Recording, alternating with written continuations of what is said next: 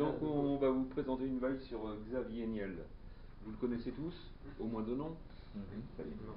Donc un petit peu d'historique, il est né en fin août 1967, à Maison-Alfort, d'un père juriste et d'une mère comptable. Il a fait le début de sa scolarité dans une école et un collège laïque, et après il a fini sa scolarité dans des collèges et lycées catholiques, privés. Voilà. Lors de ses 15 ans, son père lui a offert la machine que vous venez de voir, un ZX81. Il faisait partie de toute une série d'ordinateurs qui sont sortis au début des... Donc un ordinateur qui faisait partie de toute une série qui est sortie dans les années 80. Il y en a qui en connaissent, non? Commodore, Amstrad, voilà, Commodore, Amstrad, les premiers Apple. Olivetti. Non, c'est pas un ordinateur. C'est un ordinateur, ça n'a rien à voir. Il y avait, au niveau français, il y avait un ordinateur qui s'appelait Alice. Donc, petite parenthèse, moi j'en ai eu un pratiquement en même temps que lui. C'était un ordinateur japonais, un MSX Sanyo. Et on était très limité parce qu'au niveau RAM, sur des bécanes comme ça, il avait 64 kilo. Et on n'avait pas de support, hein. Même lui, il n'avait pas de lecteur de disquette, et il n'y avait pas de disque dur. Donc comment on sauvegardait les données? Sur les cassettes audio. Ouais, sur des bandes magnétiques, des cassettes audio. Ouais. Ça prenait le temps. Ça durait pas très longtemps, disons. Ça s'usait vite. Donc plein de gens font des commentaires sur cet ordinateur en disant qu'il est plus adapté pour caler une porte que pour faire de la programmation. Mais bon, lui il s'en est servi, il a démarré là-dessus et il a bien évolué quand même. Donc, en bon catholique qu'il était, il est passé par le Minitel Rose. Donc en 83, il le teste pour la première fois et découvre toutes les possibilités avec ce genre de truc, quoi. L'ancêtre d'Internet. Et dès 84, il commence à faire un peu de site érotique, je sais même pas si on peut appeler ça des sites, mais je sais pas, on appelait ça comment? On parlait pas d'adresse, on parlait pas de site. Non, c'était tout simplement par le Minitel, c'était 3615, puis on rentrait il s'expliquait dans des pipe shows et des sex shops, quoi. Oui, voilà. Mais il y avait pas mal de trucs. Oui, oui. Il a créé ça sous le nom de Iliad. Il a rebaptisé ça Iliad plus tard. Voilà. Ce qui est devenu beaucoup plus tard Free. Voilà. Plus tard, ouais. Donc bon, les infos, hein, en 87, il arrête sa classe prépa scientifique pour se lancer à plein temps dans les sites pornographiques, quoi. Par Minitel. Par Minitel, oui. Et donc voilà, bon, il rachète l'éditeur de services de Minitel Rose dans les années 80, enfin, qui existait depuis les années 80, il le rachète en 90, il en était actionnaire jusqu'en 2016. Et bon, il a créé pas mal de trucs, 3617 ANU, c'était le Google de l'époque, quoi. Entre guillemets. Et ensuite, donc, à partir de 1995, il investit dans le premier fournisseur d'accès Internet, grand public en France, c'est-à-dire WorldNet. Société qui sera revendue. Problème technique. Qui sera vendu en décembre 2000 à Capech, c'est-à-dire le groupe 9 CGTEL. Au départ, je crois que Free s'appelait 9 CGTEL, il me semble, pour 40 millions d'euros. En 99, il développe l'offre d'accès à Internet sous le nom de Free. Qui est Free ici, au fait, hein? Téléphone. D'accord. Juste une question, pourquoi Free? Parce que c'était pas cher. Voilà. Moi j'ai posé la question à des amis qui sont chez Free quand on a préparé le truc, ils m'ont tous dit la même chose, c'est pas cher, ça marche, pourquoi aller ailleurs? D'accord. Puis sur le téléphone, c'est sans engagement. Oui. Donc puis cherche à faire passer par la même ligne une offre de téléphonie de télévision, ce qui suppose d'utiliser un boîtier électronique qui soit technique capable de le faire. Il décide avec son bras droit et son directeur technique de mettre au point ce boîtier. Le 1er novembre 2002 est lancé ce qu'on appelle la Freebox, avec Rani Assaf. Il est l'initiateur en France des offres triple play du concept de box. Au 13 août 2018, le nombre d'abonnés chez Free était de 6,5 millions. On va arrêter trop vite ça. On revient en arrière. Encore. Non, c'est bon. Ah, j'ai oublié quelque chose. Désolé, j'ai oublié quelque chose. Non, non, reviens en arrière. Reviens en arrière. Bon, bah, c'est bon alors. Excusez-moi. Oups. Alors, il a aussi créé une fondation, la fondation Free, le 11 septembre 2006. L'objectif de cette fondation est de réduire la fracture numérique. La fondation est dotée d'un faible budget et n'emploie qu'une seule personne. N'a pas d'activité connue depuis 2013, après avoir été utilisée comme véhicule pour les financements de l'école 42. Free Mobile. En janvier 2012, il lance le service de téléphonie mobile avec Free Mobile, avec une offre commerciale agressive, proposant simplement 2 forfaits de 2 et 19,99 €, qui est chez Free Mobile. Les offres, c'est toujours ça? Oui, c'est toujours des offres à 2 €. Il y en a J'ai plus. pas été voir. Les premiers, en fait, Il y en a les plus, premiers, je crois bien que ça a toujours. été à 1 euro. Oui. Non, Parce qu'en fait, non, il a fait c'était. une conférence. Oui. Et en fait, donc il a expliqué en fait au niveau de la conférence son projet de forfait téléphonique. Oui. Et en fait, il a demandé à tout le monde de se lever. Et en fait, sous leur siège, ils avaient une pièce de 1 euro pour aller justement prendre l'abonnement téléphonique. Je savais pas, c'est bien. C'était bien 2 €, j'avais vu la machine. Ah, C'était bien pourtant, 2 €. ouais, pourtant, Et c'est après, une si pièce. tu étais abonné avec la box, c'était gratuit. D'accord. Ouais. Et tu avais une réduction de 5 € sur l'abonnement illimité. Donc, 15 €. Ouais, 14,99. Donc le nombre d'abonnés Free Mobile au 13 août de l'année dernière était de 13,7 millions. Et il couvre 86% de la population en 4G et 94% en 3G. Ses investissements. Alors, une chose que je ne savais pas, il a acheté avec d'autres investisseurs les droits des chansons de Claude François. Ah ouais. Ouais. Moi aussi, ça m'a étonné, quoi. J'espère. Il investit également dans la presse et les médias et des startups, dont Mediapart, Athème, Deezer, Le Monde, etc. Il y en a plein où il a investi, quoi. Voilà. C'est Il est partout. l'école 42. Donc en 2013, il a fondé l'école 42. 2 années auparavant, en 2011, il avait collaboré à l'école européenne des métiers de l'Internet. Et donc par la suite, il s'est mis tout seul pour l'école 42. Et donc vous connaissez l'école 42? Non. Bah, c'est le même principe que Simplon en fait. Il y a des apprenants, il n'y a pas de diplôme, des certifications. Par contre, ils ne sont pas 18, ils sont 800. Et ils ne sont pas à 200%, ils sont à 2000% d'investissement. J'ai lu des témoignages où les apprenants disent mais on bossait 10 heures, minimum 10 heures sur ordi, on dormait sur place, sur des matelas gonflables. Et c'était. Et c'est surtout non reconnu par l'État, quoi. Oui, bah. Il n'y a pas de diplôme, que des certifications. Et qu'est-ce que je voulais dire? Il a ouvert aussi des écoles aux USA, dans la Silicon Valley. Ouais, en 2016. Ouais, à Fremont, en Californie. Donc il a implanté.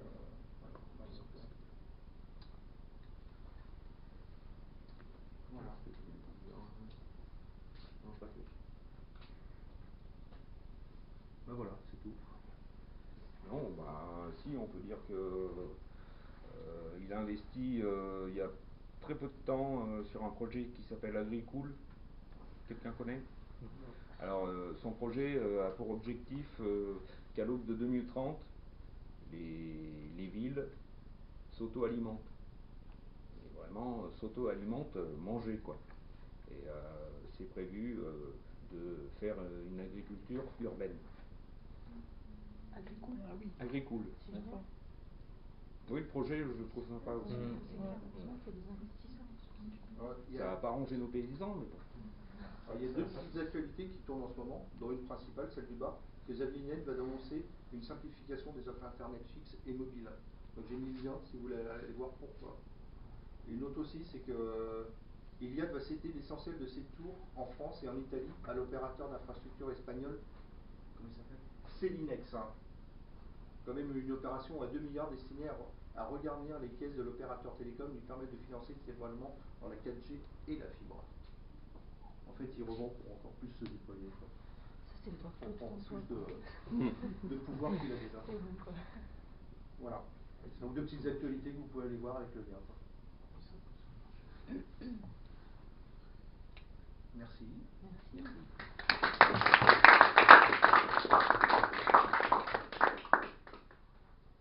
Quelqu'un a timé là Pile 15 minutes. 10 minutes. Parce qu'on avait commencé à 5. Ouais, 10. Et il est 17. Donc, Ok. Les débats On aurait pu faire plus court. Mais...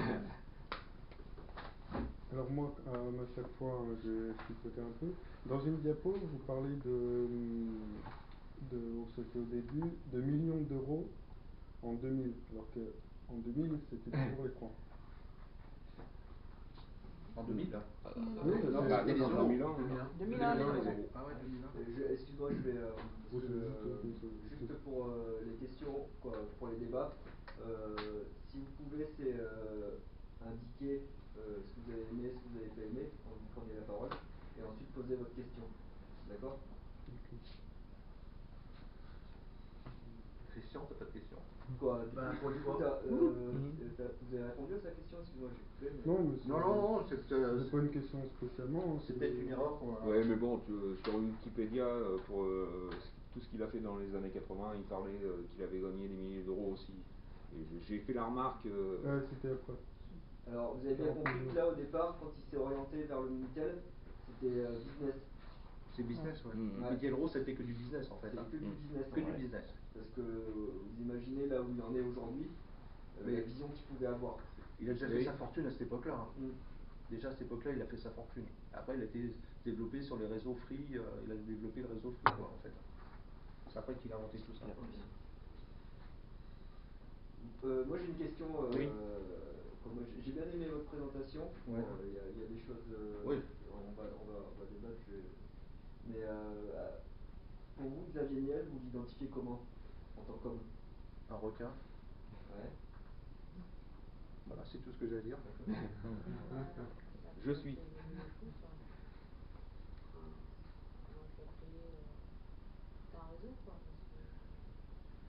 Alors, après, c'est peut-être l'un des premiers qui a développé tous ces réseaux en France, quoi, je dirais. Ça doit être lui le premier au départ, quoi, qui a développé tout ce réseau télécom, internet et tout, quoi. Bon, on est passé quand même. On a mis de côté les affaires judiciaires parce qu'il a quand même Oui, il y avait des soucis. ça, on n'a pas voulu les aborder parce qu'il en a un paquet sur le dos aussi, quoi. Il en a un paquet sur le dos. Ah, quand tu gagnes de l'argent. Ouais. généralement. Imaginez-vous, alors je sais pas pour les plus jeunes, mais lorsqu'on était à l'époque du début d'Internet, où il y avait notre opérateur historique qui est, s'il vous plaît, France Télécom, et quand il a commencé à aborder et à inonder le marché par ses offres. Il a jeté le pavé dans la mare. Ouais. Oui, c'était un tout Ah, il a foutu, il a tout explosé en fait. Le business en fait. Il a tout explosé. Hein. Ah, il a détruit le Après, moi, ma question elle est, comment ce mec-là, il peut proposer des offres à 2 euros, quoi, avec tout ce qu'il y a derrière. Comment? Téléphone-lui. Appelle-le. T'as pas son numéro? À numéro? mon avis, oui, il a. De toute façon, comment il fait pour justement utiliser le réseau à votre avis au départ? Déjà, on va dire que tout ce qui est service, tu sais, quand tu les appelles tout ça, c'est pas en France, c'est à l'extérieur de la France. Ça lui coûte beaucoup moins cher quand tu appelles sur les standards et tout ça. Les plateformes, voilà. Comment? Il n'y en a aucun en France? Free, il n'y en a aucun en France. Plateforme? Ah non, je pense pas qu'elles soient en France, ces plateformes de. Même Orange, hein, je pense. Après, ils gagnent de l'argent aussi là-dessus, quoi. Alors, moi, je peux, par rapport à ta question, comment il a fait pour. Arriver à 2 euros. Ouais.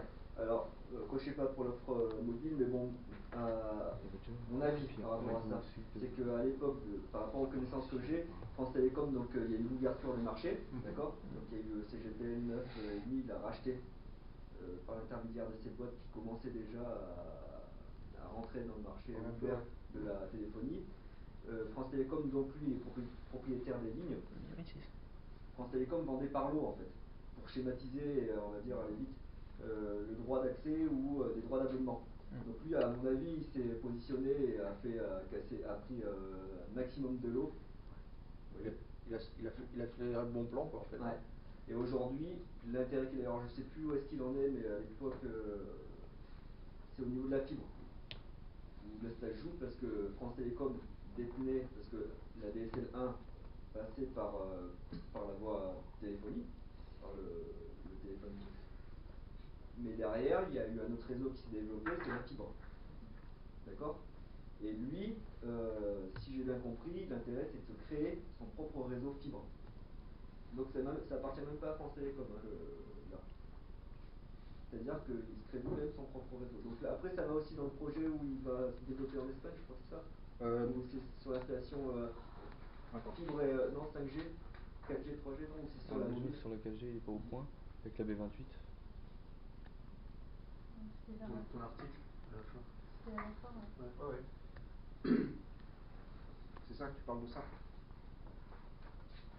Il déploie sur quoi là? Il finance quoi là? Il va céder l'essentiel de ses tours en France et en Italie à l'opérateur d'infrastructure Celinex qui est espagnol. Et tout ça, c'est une opération à 2 milliards d'euros destinée à regarnir les caisses de l'opérateur télécom et lui permettre de financer ses déploiements 4G et fibre. Et fibre. Mobile. Il y avait un opérateur aussi qui était, on va dire, pionnier en France au niveau de tout ce qui était fibre, qui n'est pas resté longtemps. Parce que, à mon avis, ça coûtait une blinde, c'était numéricable. Ouais. Ils sont pas restés, eux. Non, ils sont pas restés. Oui, ils ont fusionné avec. C'était racheté, ça, racheté numérical. Voilà. Mais ils sont pas restés longtemps. Non, parce qu'ils ont eu des gros problèmes de tout ce qui était réseau à un moment donné. Je sais pas, ils voient un numérical, c'est une catastrophe. Et là, moi, depuis que c'est fait racheter numérical, c'est une catastrophe. Mais c'est ça, c'est tout. Ah bah oui, depuis qu'ils ont racheté numérical, c'est n'importe quoi. Vous avez des questions du coup par rapport à Daniel, Free? Bah, je savais pas qu'ils avaient racheté les droits de Non, c'est moi non plus. Hein. Ça. Moi j'aime bien l'agriculture qu'ils veulent faire là en 2030. C'est ouais, à l'aube de 2030. C'est bien, moi, comme Oui, l'idée est bonne. Je sais pas comment ils vont le mettre en place, mais l'idée est bonne. Est-ce qu'il a fait mention d'une nourriture assez révolutionnaire qui s'appelle Soleil Vert? Ah. Non. Non, pas vraiment. Je ne sais pas. Ouais. Par rapport à leur presse, on va. Non, c'était bien. Non, moi si je me permets de prendre la parole, le même défaut qui est arrivé pour nous tous, Alain, je t'ai mis à lire la diapo. De quoi? Ah, T'as lu en fait ce qu'il y avait à l'écran que. Ah ouais, parce que Il m'avait prévenu. Ça sera comme ça. Je suis pas tout à fait d'accord. Ouais, mais moi j'ai fait jouer ma mémoire, mais elle m'a joué des tours aussi. Je suis pas tout à fait d'accord parce que c'est vrai qu'il y a les parties qui est un peu obligé de lire comme les articles comme ça. Ouais, bon, mais voilà. après, c'est pas comme s'il a lu tout le temps. C'est-à-dire qu'il tournait vers nous en disant que. Ouais, j'ai essayé. J'ai développé, c'est pas comme si voilà, nous on était devant l'écran et qu'on a. Et bon, il y a trop de chiffres là-dedans. Pour moi, c'est. Voilà, les interactions avec nous, c'était sympa. Comment? Les interactions avec Tu t'es nous, pas endormi? On avait peur. Hein. Ouais, on a vu. Honnêtement, il y avait pas mal d'informations. Mais et on aurait pu réussi à on aurait pu doubler la présentation. Ah oui, entre ces affaires juridiques et tout ce qu'il fait encore derrière, c'est un requin quoi. Il a quel âge du coup? Il est né en 67. 67. 52 ans. 52. Il est jeune encore. Ouais, on est d'accord, pas encore. Il a surtout bien réussi quoi. D'ici 2030, je pense qu'il peut faire pas mal de choses encore. Alors, mais je pense qu'il va taper encore très fort. Ouais.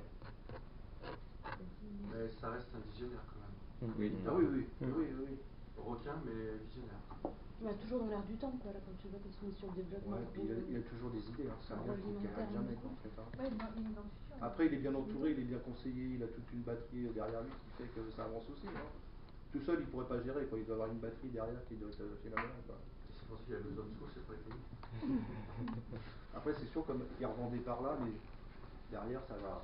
Bah, il a fait que ça, hein. Je sais Tu qu'il va y avoir regardes retour sur sur la investissement. timeline, là, Acheter, depuis le revendre, début, revendre. acheter, vendre, Ouais, parce qu'il sait, développer, il sait très c'est bien qu'il va y acheter, avoir retour sur développer, investissement, revendre. quoi. Ça suffit.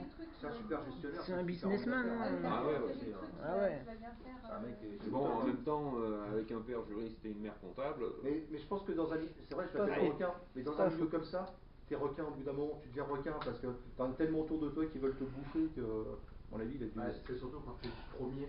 Quand Voilà. tu es premier, il y en a plein qui veulent prendre ton idée ou faire Quand t'es pareil. à la base de ça, il y a tellement de gens derrière qui vont essayer de te plomber, de te piquer tes trucs, tu deviens requin, c'est obligatoire, quoi. Voilà. Alors pour revenir sur le Minitel aussi, on n'est pas sur du site web, on est sur du service. Ouais. Oui, c'était des services. Ouais. Ça ressemblait à quoi visuellement? Minitel Un écran Voilà, tout c'est- pixelisé. T'avais un écran comme ça. Ah, il est pas lourd. Oh non, mais c'est écran comme ça. Ah oui. T'avais des bords, ils étaient comme ça. Comme un clavier. Ah oui, moi j'ai C'était Non, Les paroles, c'est c'est comme comme un ça. clavier, marrant, on ouais, va ouais. faire du clavier sur l'écran et en Voilà. fait Sur Google Images. t'avais un accès un peu comme au tout début quand on avait accès à Internet avec un modem. Donc t'avais la mise en ligne qui faisait Et ça coupait tes lignes téléphoniques. Ce qui était pas mal, c'était c'était pour les annuaires. Minitel, c'était les lignes téléphoniques. Mais Vous utilisez quoi comme alors nous par exemple on est sur Pixel avec c'était quel type vous savez ou pas? On est sur quel type quand ça s'affiche à l'utilisateur? je sais pas, j'ai pas connu le Minitel. Vous connaissez pas le bitmap? Ah, Ouais. Mais peut-être. Vous chercherez ce que c'est. Enfin, Il me semble Minitel. que c'est le bitmap pour le Minitel. On n'y est pas des deux. Non, J'avais pas Internet. Là, il y a vraiment pas d'internet. C'était. Ah si, t'en avais. Eh si, dans la fin, t'en avais des couleurs. Oui. Faudrait que tu regardes sur YouTube, il y a peut-être des gens qui te montrent comment tu fais encore, ça doit exister sur YouTube, des gens Il me semble que c'est le bitmap de. Et en tout cas, on est sur Monfo, mais de toute manière, vous savez cette notion 1, 0, 1, 0 en langage? Binaire. Binaire. Binaire, ouais.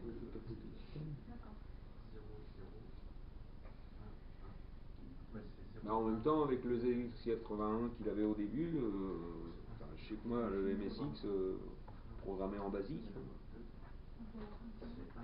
un peu d'assembleur, mais. Vous avez quelqu'un veut interagir du coup avec leur présentation? Ouais. C'est bon? C'est bon.